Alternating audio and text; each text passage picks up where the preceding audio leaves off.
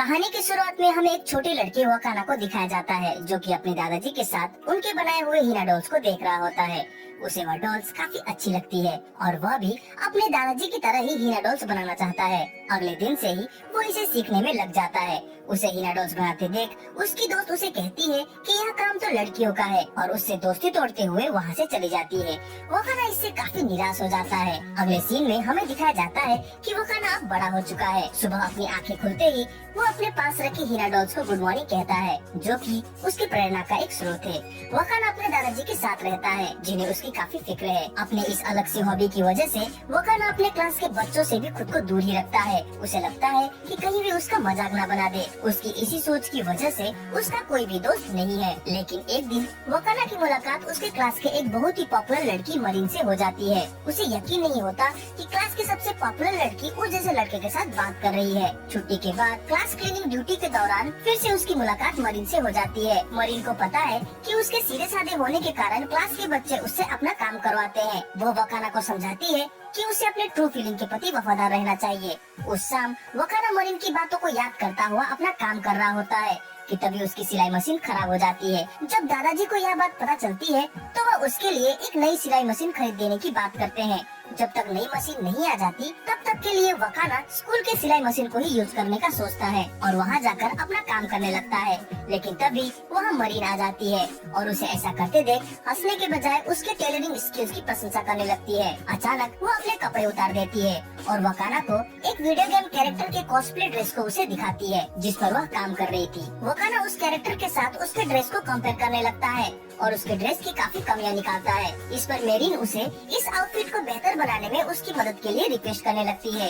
साथ ही वो बताती है कि इस कैरेक्टर का कॉस्प्ले करना उसके लिए कितने मायने रखता है। वकाना ने अभी तक किसी इंसान के लिए कपड़े तो नहीं बनाए थे पर वह फिर भी मरीन की मदद करने के लिए राजी हो जाता है और अपना बेस्ट देने का वादा करता है। इसे सुन मरीन काफी खुश हो जाती है। फिर वह उत्साहित होकर वकाना को अपने कॉस्प्ले डिजाइन को कहने लगती है। वह जिस गेम कैरेक्टर का कॉस्प्ले करना चाहती है वो एक कामुक वीडियो गेम है और वह कैरेक्टर भी। वकाना को इसे सुनकर थोड़ा अजीब तो लगता है लेकिन फिर भी वो तैयार है। फिर मेरीन उसे समझाती है कि जिस काम को करने में हमें खुशी मिलती है वो हमें दिल खोलकर करना चाहिए। हम किस जेंडर के हैं यह कोई मायने नहीं रखता। यह सुनकर तो वकाना और ज्यादा उत्साह से भर जाता है। कोई तो है जो उसकी फीलिंग्स को समझता है।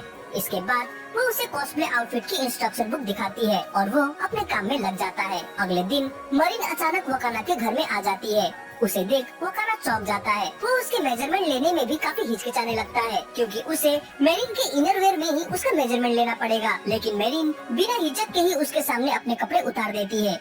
वकाना को यह काफी ऑकवर्ड लगता है लेकिन मेरीन उसे सहज बना देती है। उसके बाद वकाना अपने गंदे विचार को दरकिनार रखते हुए मेरीन की नाप लेने लगता है। भले ही उसे मेरीन के कुछ अंगों की नाप लेने में मुश्किल तो होती है पर वह किसी तरह खुद को शांत कर यह काम कर ही लेता है। फिर मेरीन वकाना को उस कैरेक्टर के आउटफिट को और अच्छी तरह से समझने के लिए उसे वह गेम और कुछ बुक्स भी देती है।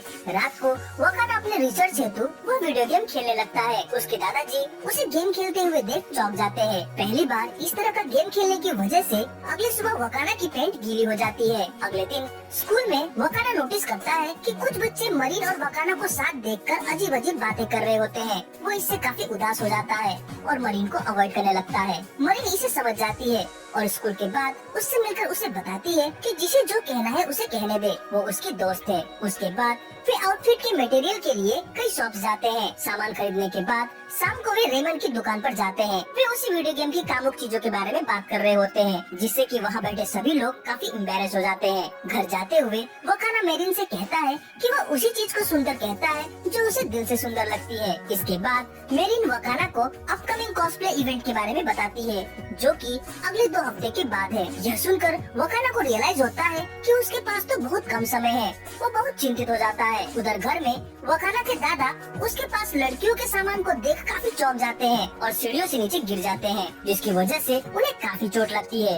वकाना उन्हें हॉस्पिटल लेकर जाता है। वहाँ उसकी चचेरी बहन मियारो भी आती है और दादाजी की देखभाल हेतु उन्हें अपने घर ले जाती है। वकाना काफी परेशान है। उसे इवेंट्स के लिए जल्द से जल्द कपड़े तैयार करने हैं। इसी बीच उसका एग्जाम भी है और साथ ही साथ उसे आउटफिट बनाने का उतना तजुर्बा भी नहीं है। वह काफी चिंतित हो जाता है। तभी उसे अपने दादा की कहीं कुछ बातें याद आने लगती है, जिससे प्रेरित होकर वो बिना सोचे अपने काम में लग जाता है। अगले दिन वकाना मरीन को कहता है कि उसने आउटफिट तैयार कर ली है। इसे देख मरीन चौंक जाती है, लेकिन जब उसे पता चलता है कि वकाना ने इवेंट के लिए दिन रात एक करके आउटफिट तैयार किया है, तो वह उससे माफी मांगती है, क्योंकि उसने इवेंट की पूरी बात उसे नहीं बताई थी। उसके पास इवेंट के लिए और भी ज्यादा वक्त था। वो सॉरी कहते हुए रोने लगती है। इस पर वकाना उसे चुप कराते हुए कहता है कि कोई बात नहीं, अगर वह इस आउटफिट को पाकर खुश है तो उसकी मेहनत सफल हो जाएगी। इसके बाद मरीन उस आउटफिट को ट्राई करती है और वह इसके परफेक्ट फिटिंग और फिनिशिंग पर काफी खुश होती है। फिर वो वकाना को उसकी तस्वीर लेने को कहती है, जिसमें वह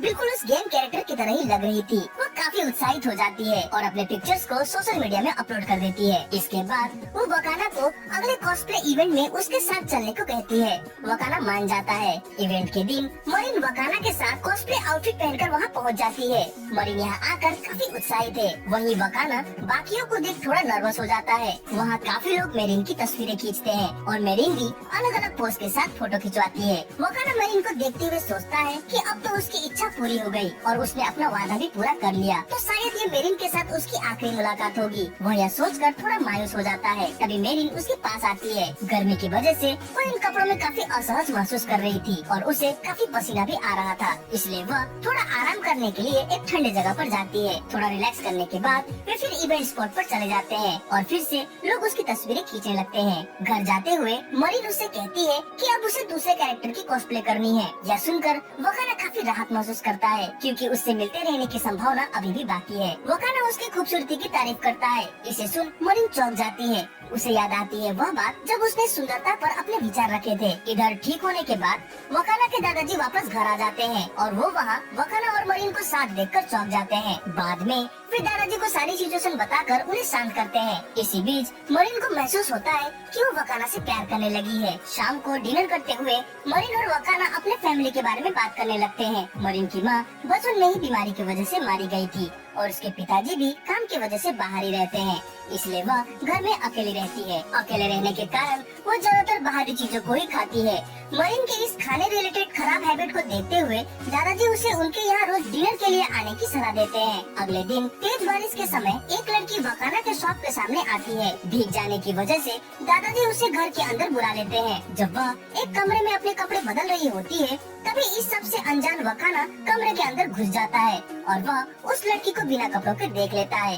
वे दोनों एक दूसरे को देख चौंक जाते हैं। बाद में मामला शांत होने पर वो लड़की उसे बताती है कि उसका नाम सजुना है और वो उसे कॉस्प्ले आउटफिट बनवाना चाहती है। वो खुद को जूजू कॉस्प्लेयर कहकर संबोधित करती है। जूजू नाम सुनते ही वकाना चौंक जाता है, क्योंकि यह वही कॉस्प्लेयर थी जिसे एक बार मेरिन ने उसे अपने फोन में दिखाया था और वो मेरिन की फेवरेट कॉस्प्लेयर है। इसी दौरान जब मेरिन वहाँ पर आती है तो जूजू को वहाँ देख काफी चौंक जाती है। बात करते हुए जूजू वकाना से कहती है कि उसे एनिमे कैरेक्टर सायन निकाडो का कॉस्प्ले करना है। निकाडो का नाम सुनकर मेरिन काफी खुश हो जाती है, क्योंकि वह भी उस कैरेक्टर की फैन है। जूजू मेरिन से पूछती है, अगर तुम्हें निकाडो पसंद है तो तुमने उसका कॉस्प्ले क्यों नहीं किया? इस पर मेरिन कहती है कि उसकी फिजिक उस कैरेक्टर से मेल नहीं खाती, इसलिए उसने इसे नहीं चुना। जूजू पहले तो उससे थोड़ी खड़ूस की तरह बातें कर रही थी, लेकिन उसकी कॉस्प्ले की समझ को देखकर वो उसका सम्मान करने लगती है।